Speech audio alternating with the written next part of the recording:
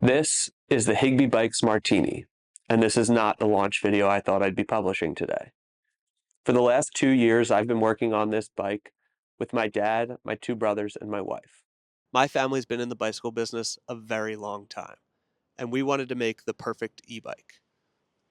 Something that conjures the freedom and fun of riding down the shore, no matter where you are.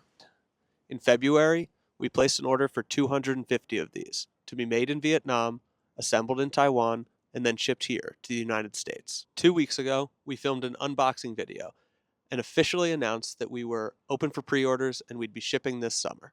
I plan to publish that video today. Pre-orders available now. Then, last week, new tariffs were announced, including a 46% tariff on all goods coming from Vietnam. In that video, we said we'd take you behind the scenes of what it's like to start a business and build a brand. We're filming it because I want to take the world along for the ride while we start a business and build a brand. So it feels fitting that instead of launching that hype video, we're launching with this, a video on tariffs, how they're affecting our business, how we're responding, and what it means for future Higbee riders. So let's start with how tariffs on bikes actually work. And for better or worse, I've known for a long time. My dad's been obsessed with bicycle tariffs since at least the 1980s, when bicycle manufacturers moved out of the United States. Products are charged a tariff based on their country of origin, which U.S. Customs has defined as where a frame is welded together. For several years, there's been a significant tariff on e-bikes from China. In response, many bike companies, including ours, moved frame manufacturing to other countries like Vietnam and Cambodia.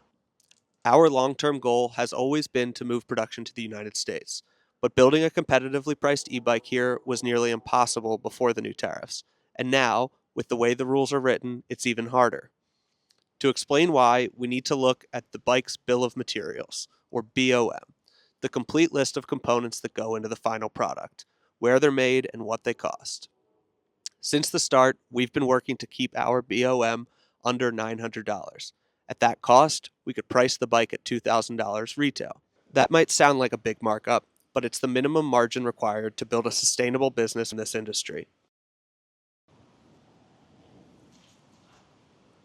So here's how the new tariff would impact our business plan.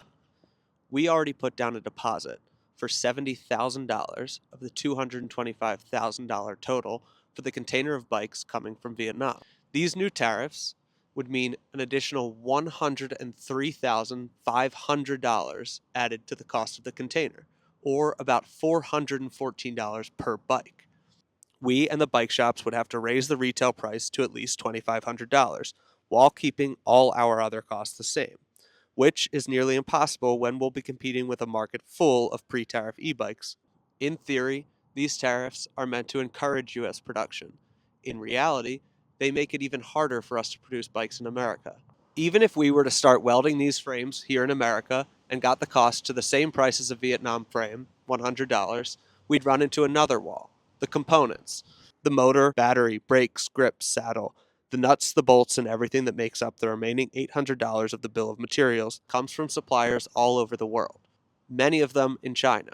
With the way the tariffs are written now, we'd have to import all of those components and pay the tariff on those. That would make a US-made bike even more expensive than a frame welded in Vietnam, assembled in Taiwan, and shipped here.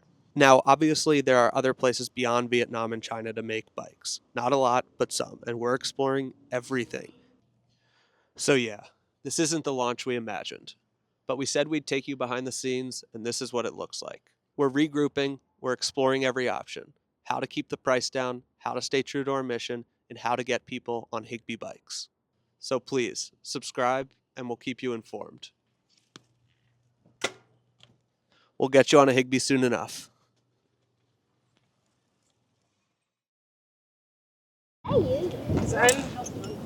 What is this?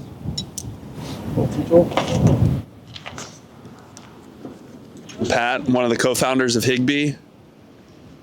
Why are we starting a bike company?